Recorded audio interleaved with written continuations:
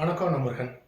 தமிழக வெற்றி கழகம் அண்ணா திராவிட முன்னேற்ற கழகத்துடன் கூட்டணி அமைத்து விட்டது அப்படின்னு சொல்லிட்டு பரவலாக இப்போ பேசிகிட்டு இருக்காங்க. அதை பற்றி சுருக்கமாக பார்க்கலாம். வீடியோவுக்கு சப்ஸ்கிரைப் பண்ணி சேனலுடைய வளர்ச்சிக்கு உதவுங்க. கூட பெல் பட்டன் ஆன் பண்ணுவீங்க. அப்போ தான் சேனலில் போகிற வீடியோ உங்களுக்கு நோட்டிஃபிகேஷன் கிடைக்கும். சரி, வீடியோக்குள்ளே இருக்கலாம். தமிழக வெற்றி கழகத்தினுடைய தலைவர் விஜய் அவர்கள் அண்ணா திராவிட முன்னேற்ற கழகத்தினுடைய தலைவர் எடப்பாடி பழனிசாமி அவர்களோட 30 நிமிடத்துக்கு மேலாக பேசியிருக்கிறதா ஒரு செய்தி வந்திருக்கு. அந்த செய்தி உண்மையா அப்படின்னு கேட்டிங்கன்னா உண்மையாக இருக்கலாம். ஏன் அப்படின்னு பார்த்தீங்கன்னா, கரூரில் 41 பேர் மரணம் அடைந்தாங்க. அந்த மரணத்திற்கு பிறகு ஒட்டுமொத்த பழியும்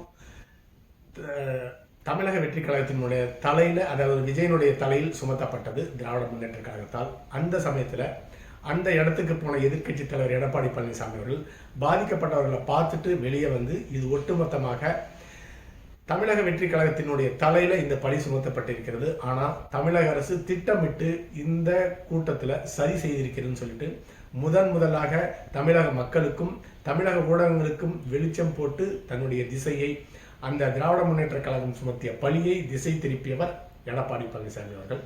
அதற்கு நன்றி தெரிவிக்கும் விதமாக கூட தமிழக வெற்றி கழகத்தினுடைய தலைவர் விஜய் அவர்கள் எடப்பாடி பழனிசாமி அவர்களுக்கு தொலைபேசியில் தொடர்பு கொண்டு பேசியிருக்கலாம். ஆனால் அதற்கு ஏன் இவ்வளோ பெரிய தாமதம் அப்படிங்கிறது மிகப்பெரிய கேள்விக்குறி. இவ்வளவு நாள் கழித்து அதுக்கு ஒரு எதிர்வினை ஆற்றணுமா அப்படிங்கிறது மிகப்பெரிய கேள்விக்குறியாக இருக்கிறது. எப்படி இருந்தாலும் தொலைபேசியில் தொடர்பு கொண்டு பேசியிருக்கிறார். கண்டிப்பாக நன்றி தெரிவித்திருப்பார். அதற்காக விஜய் அவர்களுக்கு வாழ்த்து தெரிவிப்போம். அடுத்ததாக விஜயனுடைய பேச்சு இப்பொழுது கூட்டணி அமைந்து விட்டது அப்படின்னு சொல்ல முடியாது. இன்னும் தேர்தலுக்கு 6 மாசத்துக்கு மேல இருக்குது. அப்படி 6 மாசத்துக்கு மேல இருக்கிறதுனால இப்பொழுதே கூட்டணியை முடிவு செய்ய வேண்டிய நிலை தமிழக வெற்றி கழகத்துக்கு கிடையாது, அண்ணா திராவிட முன்னேற்ற கழகத்துக்கு கிடையாது. அதனால இது ஒரு சுமூகமான திசையை நோக்கி இந்த தமிழக வெற்றி கழகம் அண்ணா திராவிட முன்னேற்ற கழகம் சென்று கொண்டிருக்கிறது அப்படிங்கிறத உண்மை. எதிர்காலத்தில் ஜனவரிக்கு பிறகு இந்த கூட்டணி தொடரலாம், தொடராம கூட இருக்கலாம். ஆனால் இப்படி ஒரு சுமூகமான நிலையை நோக்கி 2 கட்சியும் சென்று கொண்டிருப்பது திராவிட முன்னேற்ற கழகத்திற்கு மிகப்பெரிய சவாலாக இப்போதே ஆரம்பிச்சிருக்கும் அப்படின்னு எடுத்துக்கொள்ளலாம். இந்த எதிர்க்கட்சி தலைவர் எடப்பாடி பழனிசாமி அவர்களுடன் தமிழக வெற்றி கழகத்தினுடைய தலைவர் விஜய் அவர்கள் பேசியது திராவிட முன்னேற்ற கழகத்துக்கு ஒரு பேரிடியாக முதல்ல இறங்கியிருக்கும். எதிர்காலத்தில் என்ன நடக்கக்கூடாது அப்படின்னு திராவிட முன்னேற்ற கழகம் எல்லா சதிகளையும் செஞ்சாங்களோ அது நடப்பதற்குண்டான சூழ்நிலையை நம்மளே ஏற்படுத்தி கொடுத்துட்டோமா இந்த கரூர் சம்பவத்தில் அப்படிங்கிற ஒரு அதிருப்தியில திராவிட முன்னேற்ற கழகத்தினர் இருந்து கொண்டிருக்கிறார்கள் அப்படிங்கிறது தான் உண்மை. அடுத்ததாக இரண்டாவது இடம் இதை யார் அப்படிங்கிறத தமிழக வெற்றி கழகம் அண்ணா திராவிட முன்னேற்ற கழகம் அப்புறமா முடிவு பண்ணிக்கலாம்.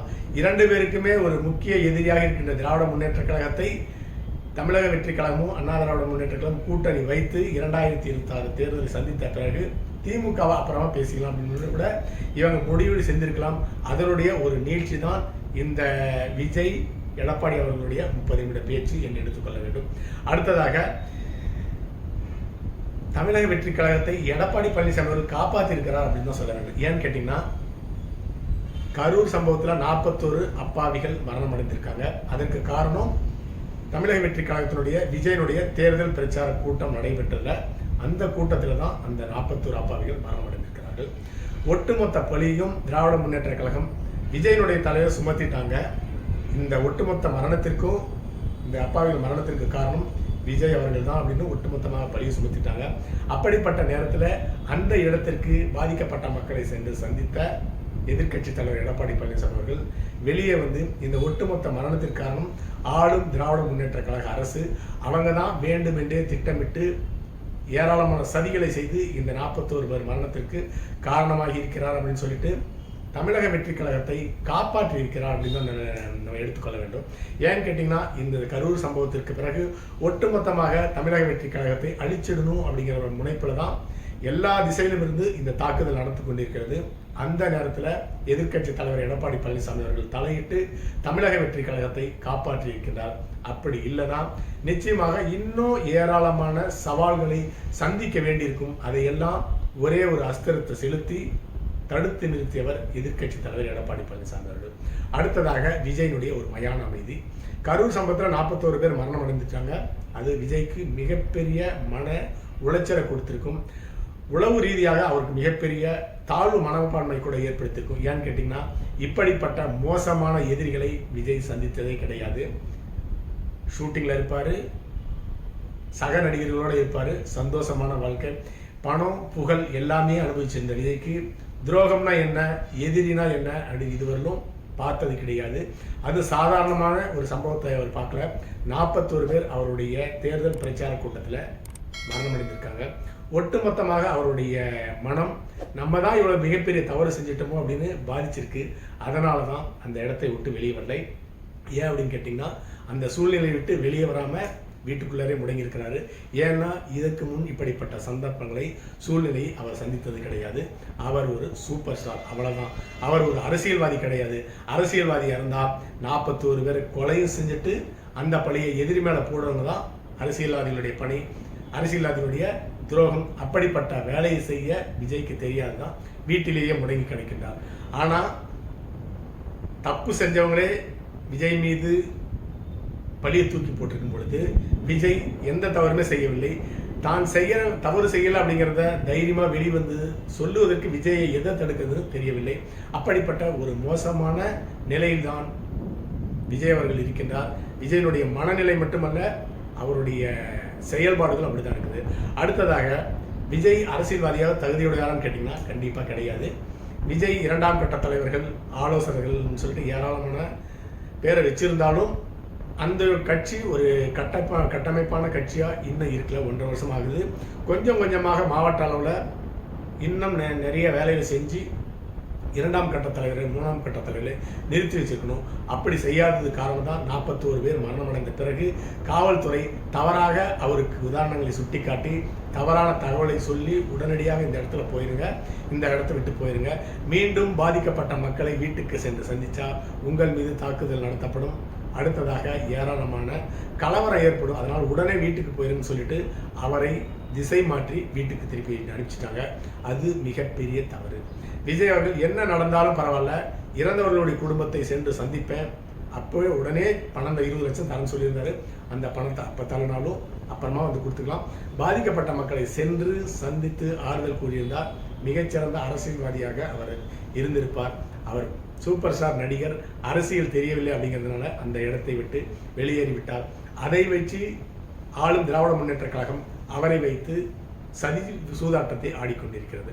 அடுத்ததாக எல்லாருமே ஓட்டம் முடிச்சிட்டாங்க. தமிழக வெற்றி கழகத்தை சேர்ந்த அனைவருமே முதல் கட்ட தலைவர் விஜய், 2ஆம் கட்ட தலைவர் ஆதர் அர்ஜுனா போன்ற எல்லா தலைவர்களுமே இந்த சம்பவம் முடிந்த உடனே எல்லாருமே வெளியே போயிட்டாங்க. அதற்கு காரணம் அவர்களுடைய அரசியல் முதிர்ச்சியின்மை தான். அடுத்ததுக்கு காரணம் ஏன் அப்படின்னு கேட்டிங்கன்னா, 2 நாட்டுக்கு இடையே போர் நடக்கும் பொழுது 2 மன்னரும் சண்டை போட்டுக்கிற நேரத்தில் எதிரி மன்னனை சாகடிச்சிட்டா போதும், அந்த மன்னனுடைய கீழே இருக்க அனைத்து படைப்பிரிவுமே தெரிச்சு ஓடிடும். அப்படிப்பட்ட நிலை தான் தமிழக வெற்றி கழகத்திற்கு. 41 பேர் மரணமடைந்த உடனே இந்த அனைத்து பழியும் விஜய் மீது சுமத்தப்பட்டு தந்திரமாக விஜய் அந்த இடத்திலிருந்து அவருடைய வீட்டுக்கு கரூர்லேருந்து சென்னைக்கு அனுப்பிச்சு வச்சிட்டாங்க. அந்த இடத்திலிருந்தே அந்த கட்சியினுடைய தலைவர் தோல்வி அடைந்து விட்டார். அதனால் 2ஆம் கட்ட தலைவர், 3ஆம் கட்ட தலைவர் மற்றும் தொண்டர்கள் எல்லாமே சிதறி ஓடிட்டாங்க. அந்த விஷயத்தில் திராவிட முன்னேற்ற கழகம் மிகப்பெரிய வெற்றி அடைந்திருக்கிறது. அந்த வெற்றி மக்களுடைய மனதில் ஏற்றுக்கொள்ளப்பட்டதான்னு கேட்டிங்கன்னா கிடையாது. திராவிட முன்னேற்ற கழகம் திட்டமிட்டு இந்த கொலையை செஞ்சிருக்குன்னு சொல்லிட்டு தமிழக மக்கள் நினைக்கிறாங்க. அதுதான் அவர்களுடைய நிலைப்பாடாக இருந்து கொண்டிருக்கிறது. அடுத்ததாக விஜய் மீது அனைத்து திசைகளிலிருந்தே தாக்குதல் நடத்தப்படுகிறது. ஒட்டுமொத்த பழியும் விஜய் மீது ஆளுங்கட்சி சுமத்தி கொண்டிருக்காங்க. திராவிட முன்னேற்ற கழகம், திராவிட கழகம், விடுதலை சிறுத்தைகள், கம்யூனிஸ்ட் கட்சி, அடுத்ததாக IAS அதிகாரிகள், IPS அதிகாரிகள், யூடியூப் சேனலு, சேட்டலைட் சேனல், இப்படி அனைத்து திசைகளுமே கட்டமைக்கப்பட்டு விஜயை அந்த விஜயினுடைய மாநாடு, விஜய் தான் அந்த 41 மரணத்துக்கு காரணம் அப்படின்னு திசை திருப்பிட்டு இருக்காங்க. ஏன்னா அந்த மரணத்திற்கு விஜய் முதல் பொறுப்பு கிடையாது. ஏன்னா ஒரு 7000 பேர் மட்டுமே சந்தித்து கூட்டம் நடத்தக்கூடிய இடம். அதனால இந்த வருஷம் ஜனவரி மாதம் அண்ணா திராவிட முன்னேற்ற கழகத்திற்கு அந்த இடம் தகுதியற்ற இடம் சொல்லிட்டு தள்ளுபடி பண்ணிட்டாங்க. 7000 பேர் மட்டுமே அங்கே மீட்டிங் போட முடியுது.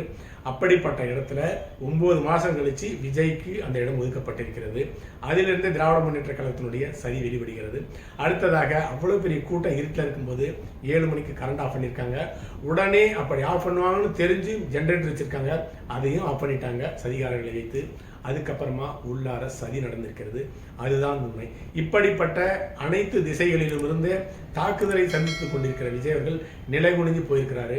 இந்த நேரத்தில் எதிர்க்கட்சி தலைவர் எடப்பாடி பழனிசாமி அவர்கள் கை கொடுத்து விஜயை தூக்கிவிட்டு இருக்கின்றார். இது கூட்டணியாக மாறுமா மாறாதா அப்படிங்கிறத வருகிற 2027 ஜனவரி மாதம் பொறுத்திருந்து பார்க்க வேண்டும். அடுத்த பதிவில் சந்திக்கலாம். நன்றி.